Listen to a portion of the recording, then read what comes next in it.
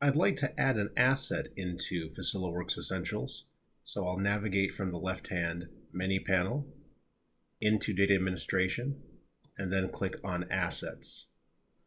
Towards the top right-hand corner, I'll click on the plus icon to create a new blank record, and Essentials will tell me that I will need to provide both the asset ID and assign the record a category.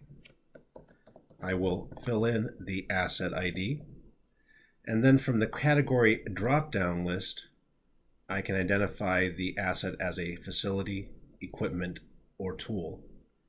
If I decide to choose facility, what's nice about that option is that when I decide to add parts into Essentials, I can assign those parts to that specific asset as a facility. So in other words, as a location.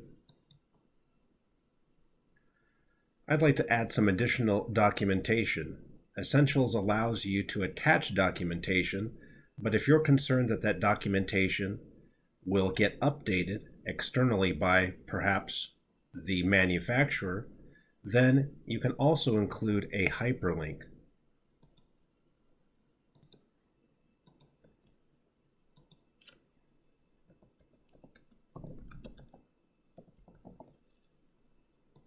I've successfully added my hyperlink.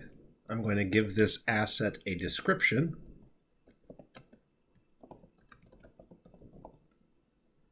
And I'm also going to include a picture with this asset record.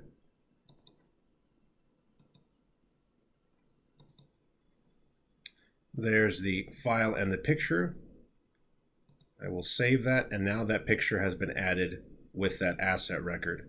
And again, what is extremely useful with the asset picture is that that picture will carry over when an asset is assigned to any type of work event, PM or corrective maintenance wise, as well as anytime a user selects that specific asset and assigns it to a service request. Lastly, on this main information tab, I am going to provide some comments.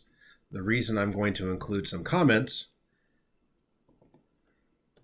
is because I want those comments to carry over to a preventative maintenance or corrective maintenance event. So it's typical to want to provide the technicians with some useful information anytime this specific asset undergoes any type of work event.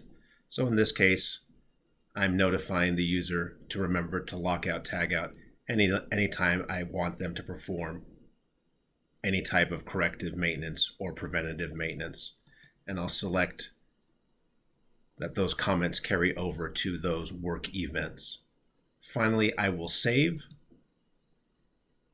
And I have successfully saved that new asset record. One final bit of information for this new asset record. I'm going to click into the Financial tab and provide a little bit of useful information that I can come back to at any point in the future. So I'm going to fill in my cost for this specific piece of equipment. And I'll fill in the purchase date.